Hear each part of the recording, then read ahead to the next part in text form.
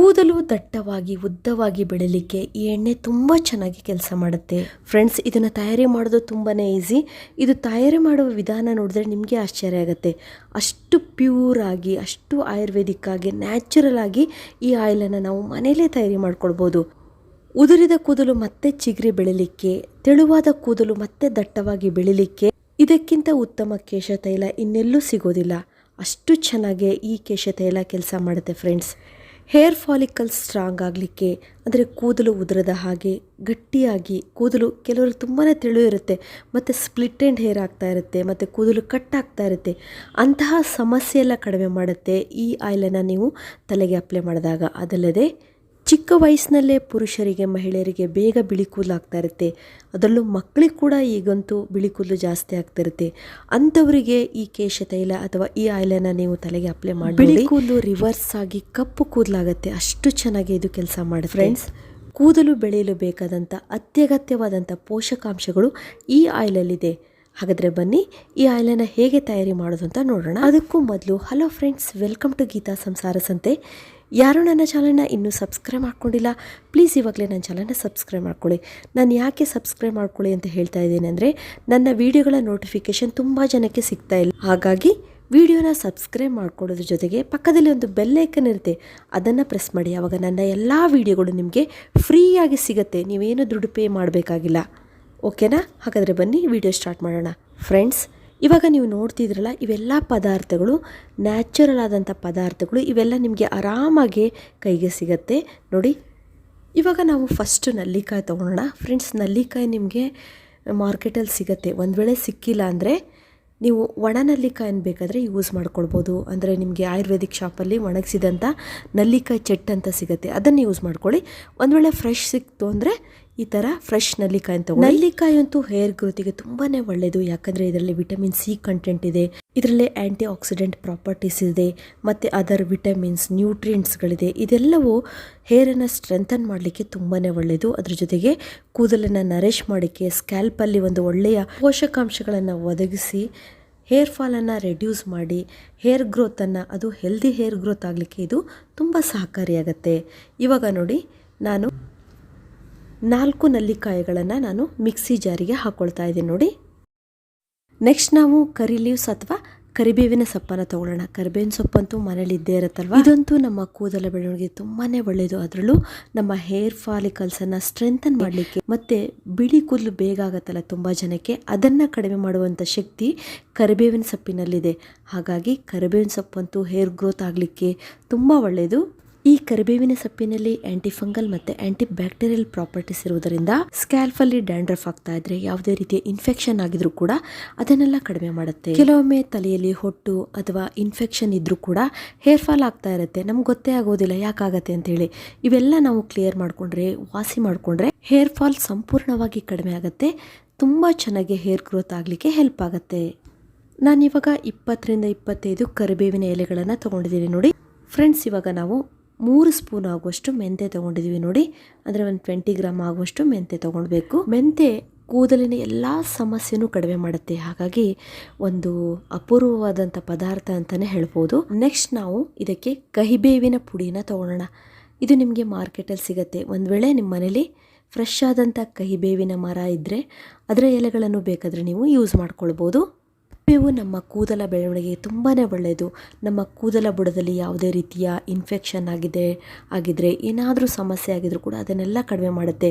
ಕೆಲವರಿಗೆ ಇಚ್ಚಿಂಗ್ ಆಗ್ತಾ ಇರುತ್ತೆ, ಹೇರ್ ಫಾಲ್ ಜಾಸ್ತಿ ಆಗ್ತಾ ಇರುತ್ತೆ, ಇಂತಹ ಸಮಸ್ಯೆ ಎಲ್ಲ ಕಡಿಮೆ ಮಾಡುತ್ತೆ. ಇವುಗಳೆಲ್ಲ ನಾವು ಮಿಕ್ಸಿ ಜಾರಿಗೆ ಹಾಕ್ಕೊಳ್ಬೇಕು ನೋಡಿ. ಸ್ವಲ್ಪ ನೀರು ಹಾಕ್ಕೊಳ್ತಾ ನಾವು ಚೆನ್ನಾಗಿ ನೈಸಾದಂಥ ಪೇಸ್ಟ್ ತಯಾರಿ ಮಾಡ್ಕೊಳ್ಬೇಕು. ಇವಾಗ ನಿಮಗೆ ಗೊತ್ತಾಗ್ತಾಯಿದೆ ನಾವಿಲ್ಲಿ ಎಷ್ಟು ಅತ್ಯಮೂಲ್ಯವಾದ ಪದಾರ್ಥಗಳನ್ನು ಬಳಸ್ತಾ ಇದ್ದೀವಿ ಅಂತ ಹೇಳಿ. ಇದೆಲ್ಲವೂ ಕೂದಲ ಬೆಳವಣಿಗೆಗೆ ತುಂಬಾ ಒಳ್ಳೆಯದು ಫ್ರೆಂಡ್ಸ್. ಇವಾಗ ಇದನ್ನು ಒಂದು ಚಿಕ್ಕ ಬೌಲಿಗೆ ಶಿಫ್ಟ್ ಮಾಡ್ಕೊಳ್ಳೋಣ. ಈಗಿನ ಮೆಥಡ್ ತುಂಬಾ ಇಂಪಾರ್ಟೆಂಟು. ನಾವು ಯಾವ ರೀತಿ ಆಯಿಲನ್ನು ತಯಾರಿ ಮಾಡ್ಕೊಳ್ತೀವಿ ಅನ್ನೋದು ಕರೆಕ್ಟಾಗಿ ನೋಡ್ಕೊಳ್ಳಿ ಫ್ರೆಂಡ್ಸ್. ನಾವು ಎಣ್ಣೆ ಕಾಯಿಸುವಂಥ ವಿಧಾನ ತುಂಬಾ ಇಂಪಾರ್ಟೆಂಟ್ ಆಗಿರೋದು. ಇದರಲ್ಲಿ ಒಂದು ಹೊಸ ಟಿಪ್ಸ್ ಕೂಡ ಇದೆ. ಜಲಕೇಶ ತೈಲ ಅಂತ ಹೇಳಿದ್ನಲ್ಲ, ಇದು ನಮ್ಮ ಹಿಂದಿನ ಕಾಲದಲ್ಲಿ, ಅದರಲ್ಲೂ ಕೇರಳದವರು ಹೇಳ್ಕೊಟ್ಟಿರೋದು ನನಗೆ. ಈ ರೀತಿ ಮಾಡಿದ್ರೆ ಇದರಲ್ಲಿ ಹಾಕಿದ ಎಲ್ಲ ಪೋಷಕಾಂಶಗಳು ತುಂಬ ಚೆನ್ನಾಗಿ ಕುದಿಯುತ್ತೆ, ಅದು ಎಣ್ಣೆಲಿ ಚೆನ್ನಾಗಿ ಬಿಟ್ಕೊಳ್ಳುತ್ತೆ ಅಂಥೇಳಿ. ಇದು ತುಂಬಾ ಇಂಪಾರ್ಟೆಂಟ್ ಆದಂಥ ಸ್ಟೆಪ್ ಆಗಿದೆ. ಹಾಗಾಗಿ ನಾನು ಫಸ್ಟು 2 ಬೌಲ್ ಆಗುವಷ್ಟು ಕೊಬ್ಬರಿ ಎಣ್ಣೆನ ಸೇರಿಸ್ಕೊಳ್ತಾ ಇದ್ದೀನಿ ಫ್ರೆಂಡ್ಸ್. ಒಂದೊಂದು ಬೌಲ್ 100 ಗ್ರಾಮ್ ಇದೆ. ಹಾಗಾಗಿ ನೆಕ್ಸ್ಟು 50 ಗ್ರಾಮ್ ಆಗುವಷ್ಟು ಹರಳೆಣ್ಣೆನ ನೋಡಿ ಹಾಕ್ಕೊಳ್ತಾ ಇದ್ದೀನಿ. ಇವಾಗ ನಾವು ತಯಾರಿ ಮಾಡಿಟ್ಕೊಂಡಂಥ ಪೇಸ್ಟನ್ನು ಆಯಿಲಿಗೆ ಹಾಕ್ಕೊಳ್ಳೋಣ. ನಾನಿನ್ನೂ ಸ್ಟವನ್ನು ಆನ್ ಮಾಡಿಲ್ಲ. ಫಸ್ಟು ಎಲ್ಲ ಪೇಸ್ಟನ್ನು ಆಯಿಲಿಗೆ ಹಾಕ್ಕೊಳ್ಬೇಕು. ನಾವು ಎಲ್ಲ ಪೇಸ್ಟನ್ನು ಆಯಿಲಿಗೆ ಹಾಕ್ಕೊಂಡ್ಮೇಲೆ ಇದಕ್ಕೆ ನಾವು ನೀರನ್ನು ಸೇರಿಸ್ಕೋಬೇಕು. ನೀರಿನ ಪ್ರಮಾಣ ತುಂಬಾ ಇಂಪಾರ್ಟೆಂಟ್ ಆಗಿರುತ್ತೆ. ನಾನಿಲ್ಲಿ 2 ಬೌಲ್ ಆಗುವಷ್ಟು ಕೊಕೊನಟ್ ಆಯಿಲನ್ನು ತೊಗೊಂಡಿದ್ದೀನಲ್ವ, ಅದ್ರ ಜೊತೆಗೆ ಅರ್ಧ ಬೌಲ್ ಆಗುವಷ್ಟು ಹರಳೆಣ್ಣೆ ತೊಗೊಂಡಿದ್ದೀನಿ. ಅದೇ ಪ್ರಮಾಣದಲ್ಲಿ ನಾವು ಡಬಲ್ ನೀರನ್ನು ತಗೊಳ್ಬೇಕು. ಈಗ ಆಡು ಭಾಷೆಯಲ್ಲಿ ಹೇಳೋದಾದರೆ ನಾವು 2.5 ಕಪ್ಪು ಆಯಿಲನ್ನು ತೊಗೊಂಡಿದ್ದೀವಿ ಅಂದರೆ ನಾವು ಇದರ ಡಬಲ್ ಅಂದರೆ 3 ಕಪ್ ಆಗುವಷ್ಟು ನೀರನ್ನು ತಗೊಳ್ಳಿ. ಅಂದರೆ ನಾವಿಲ್ಲಿ 250 ml ಆಯಿಲ್ ತೊಗೊಂಡಿದ್ದೀನಿ. ಇನ್ನು ನಾವು 500 ml ನೀರನ್ನು ಇದಕ್ಕೆ ಆ್ಯಡ್ ಮಾಡಬೇಕು.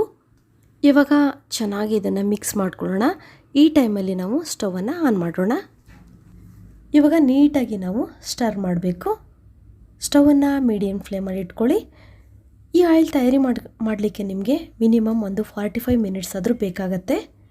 ನೋಡಿ, ಹಂತ ಹಂತವಾಗಿ ಇದರ ಕಲರ್ ಕೂಡ ಚೇಂಜ್ ಆಗ್ತಾ ಇದೆ ಅಲ್ವಾ. ಇವಾಗ ನೋಡಿ ನೀರೆಲ್ಲ ಚೆನ್ನಾಗಿ ಬತ್ತು ಹೋಗ್ತಾ ಇದೆ. ಆಯಿಲ್ ಮೇಲ್ಗಡೆ ಬರ್ತಾ ಇದೆ ನೋಡಿ, ತಿಳಿಯಾದ ಆಯಿಲ್ ಬರ್ತಾ ಇದೆ. ನೀವು ನೋಡ್ತಿದ್ರಲ್ಲ, ಸ್ವಲ್ಪ ನೀರಿನ ಅಂಶ ಇದೆ. ಸ್ವಲ್ಪ ಕೆಳಗಡೆಯಿಂದ ಸ್ವಲ್ಪ ನೀಟಾಗಿ ಮಗ್ಚ್ಕೊಳ್ಳೋಣ. ನೋಡಿ ಕೆಳಗಡೆ ಕುತ್ಕೊಂಡಿದೆಯಲ್ಲ ಇದೆಲ್ಲ ನೋಡಿ, ಈ ಅಂಶ ಎಲ್ಲ ಕಪ್ಪಾಗಿದೆ. ಸ್ವಲ್ಪ ಮಗ್ಚೋಣ. ಸ್ವಲ್ಪ ನೀರಿದ್ರೂ ಅಷ್ಟು ಆಯಿಲ್ ಚೆನ್ನಾಗಾಗೋದಿಲ್ಲ. ಹಾಗಾಗಿ ಇವಾಗ ನೋಡಿ ರೆಡಿ ಆಗ್ತಾ ಇದೆ ಆಯಿಲು. ಅದು ನೀಟಾಗಿ ಮೇಲ್ಗಡೆ ತಿಳಿ ಆಯಿಲ್ ಸಿಗತ್ತೆ. ನಾವು ಸ್ಟವನ್ನು ಆಫ್ ಮಾಡಿಟ್ರೆ ಅದು ಚೆನ್ನಾಗಿ ತಣ್ಣಗಾಗತ್ತೆ. ತಿಳಿಯಾದಂಥ ಪ್ಯೂರ್ ಆದಂಥ ಕೇಶತೈಲ, ಅದರಲ್ಲೂ ನ್ಯಾಚುರಲ್ ಆದಂಥ ಪವರ್ಫುಲ್ ಆದಂಥ ಕೇಶತೈಲ ರೆಡಿ ಆಯಿತು. ನೋಡಿ ಎಷ್ಟು ಚೆನ್ನಾಗಿ ಇದು ತಯಾರಾಗಿದೆ ಅಂತ. ನಂಗೆ ಮರ್ತೋಗಿತ್ತು. ಆದಷ್ಟು ಕಬ್ಬಿಣದ ಬಾಣಲೆಯಲ್ಲಿ ನೀವು ಇದನ್ನು ತಯಾರಿ ಮಾಡ್ಕೊಳ್ಳಿ. ನೋಡಿ ತಣ್ಣಗಾದಮೇಲೆ ಎಷ್ಟು ಪರಿಶುದ್ಧವಾದಂಥ ಗ್ರೀನ್ ಕಲರ್ ಬಂದಿದೆ ನೋಡಿ. ಈ ಆಯಿಲ್ ತಯಾರಾಯಿತು. ನಾವು ಹೀಗೆ ನೀಟಾಗಿ ಸೌಟಿಂದನೇ ನಾವು ಇದನ್ನು ತಗೊಳ್ಬೋದು. ಹೇರ್ ಆಯಿಲನ್ನು ಒಂದು ಸಲ ಅಪ್ಲೈ ಮಾಡಿ ನೋಡಿ.